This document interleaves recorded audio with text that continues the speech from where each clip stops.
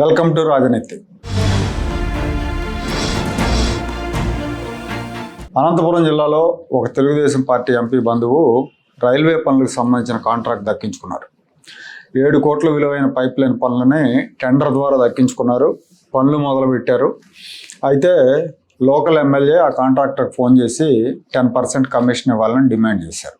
నేను ఎంపీ గారి బంధువుని, ఏదైనా ఉంటే ఎంపీ గారితో మాట్లాడుకోండి అని ఆ కాంట్రాక్టర్ చెప్పాడు. దీంతో ఆ ఎమ్మెల్యే తమ్ముడు నేరుగా ఎంపీకి ఫోన్ చేసి, మా నియోజకవర్గంలో ఎవరు పనులు చేసినా మాకు 10% కమిషన్ ఇవ్వాల్సిందే అని కండిషన్ పెట్టారు. ఎంపీ అయినా సొంత పార్టీ అయినా ఇవ్వాల్సిందే అని డిమాండ్ చేశారు. దీంతో ఈ విషయాన్ని ఎంపీ పార్టీ పెద్దల దృష్టికి తీసుకెళ్లారు. పార్టీ పెద్దలు సొంత పార్టీ ఎంపీని కమిషన్ అడగటం సరికాదని హెచ్చరించారు. ఆ ఎమ్మెల్యేని హెచ్చరించారు. అయినా ఎమ్మెల్యే వెనక్కి తగ్గలేదు. పార్టీ అధిష్టానానికి చెప్తే వదిలేస్తాం అనుకుంటున్నారా, మా కమిషన్ ఇవ్వకపోతే మీ మిషనరీ మొత్తం ఎత్తుకుపోతామని హెచ్చరించడంతో ఎంపీ పోలీసులకు ఫిర్యాదు చేశారు. ఈ వార్త ఇవాళ ఈనాడు పత్రికలో ప్రచురించారు. ఈనాడులో పేర్లు ప్రచురించకపోయినప్పటికీ వాళ్ళు అనంతపురం ఎంపీ అంబికా లక్ష్మీనారాయణ, గుంతకల్లు ఎమ్మెల్యే గుమ్మనూరు జయరామ్ అని జిల్లాలో ప్రచారం జరుగుతోంది. జర్నలిస్ట్ వర్గాల ద్వారా కూడా అదే రూఢి అయింది. అంబికా లక్ష్మీనారాయణ, గుమ్మనూరు జయరామ్ ఇద్దరు కూడా బోయ సామాజిక వర్గానికి చెందినవారు.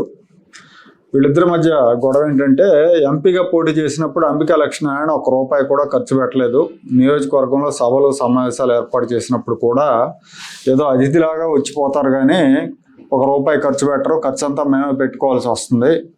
ఇప్పుడు మా నియోజకవర్గంలో కాంట్రాక్టులు కూడా ఆయనే చేసుకుంటే మా పరిస్థితి ఏంటనేది ఎమ్మెల్యే వర్గీయుల వాదనగా చెప్తున్నారు.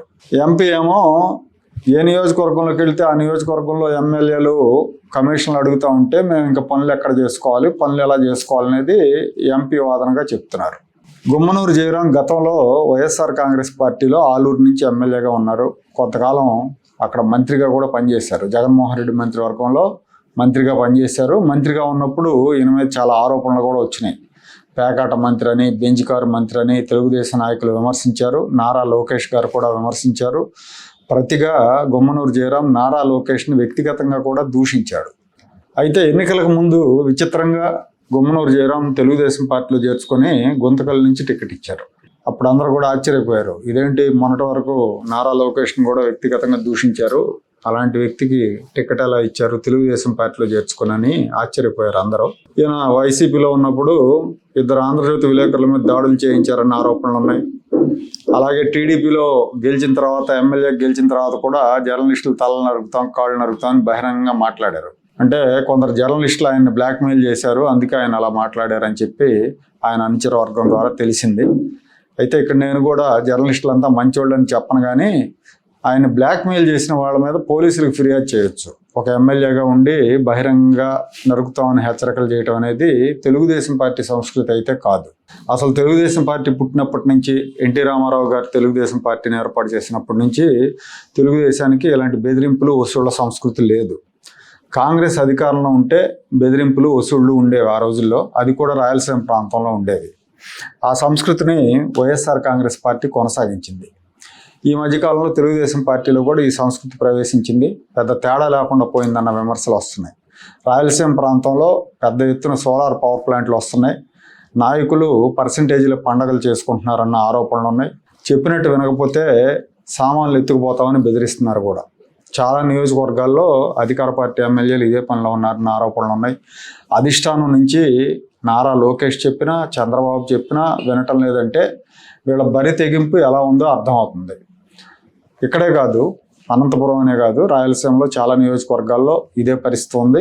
అనంతపురం పట్టణ శివార్లలో అధికార పార్టీ నాయకులు విలువైన భూములు కబ్జా చేశారన్న ఆరోపణలు వచ్చినప్పుడు అధిష్టానం హెచ్చరించినా కూడా ఖాతరు చేయలేదన్న ప్రచారం జరిగింది. చిత్తూరు జిల్లా అయితే ఇంకా దారుణంగా ఉంది.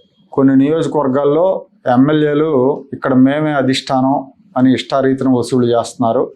రాష్ట్రానికి చంద్రబాబు నాయుడు ఎలాగో మా నియోజకవర్గానికి మేము కూడా అంతే, మా మాటే శాసనం అని డైరెక్ట్గా చెప్తున్నారు. పైగా వీళ్ళు ఇంకో మాట ఏం చెప్తున్నారంటే, మేము టికెట్ కోసం పార్టీకి డబ్బులు ఇచ్చాం, కోట్లలో డబ్బులు ఇచ్చాం, ఎన్నికల్లో 30-40 కోట్లు ఖర్చు పెట్టాం, మరి ఈ ఖర్చులన్నీ మళ్ళీ రాబట్టుకోవద్దా అని ప్రశ్నిస్తున్నారు. వీళ్ళని డబ్బులు ఎవడమన్నాడు, ఎవడ ఖర్చు పెట్టమన్నాడు, ఇప్పుడు ప్రజాధనాన్ని, ప్రకృతి వనరుల్ని ఎవరు లూటీ చేయమన్నారు వీళ్ళని? అవినీతికి పాల్పడుతూ పైగా దాన్ని సమర్థించుకుంటున్నారు. జస్టిఫై చేసుకోవటం అనేది విషాదకరమైన విషయం. గతంలో రాజకీయ నాయకులు ఎవరైనా అవినీతికి పాల్పడితే దాని గురించి బహిరంగంగా సమర్థించుకోవడానికి సిగ్గుపడేవాళ్ళు. కానీ ఇప్పుడు ఆ సిగ్గు కూడా లేదు వీళ్ళకి. ఆ పరిస్థితి కనిపించట్లేదు. అందరూ బరి తెగించేస్తున్నారు, పైగా సమర్థింపులు. ఇప్పటికే కొన్ని శాఖల్లో వైఎస్ఆర్ కాంగ్రెస్ పార్టీ ప్రభుత్వానికి, టీడీపీ ప్రభుత్వానికి పెద్దగా తేడా లేదన్నట్టుగా అవినీతి పెరిగిపోయింది. ఎమ్మెల్యేల తీరు ఇలాగే ఉంటే, బరి తెగింపు ఇలాగే ఉంటే అది ప్రభుత్వం మీద వ్యతిరేకతగా మారుతుంది. చంద్రబాబు నాయుడు గారి మెతకదనాన్ని వీళ్ళు దుర్వినియోగం చేస్తున్నారు. అతి చేస్తున్న ఎమ్మెల్యేలకు తోకలు కత్తిరించకపోతే ఖచ్చితంగా నష్టం జరుగుతుంది.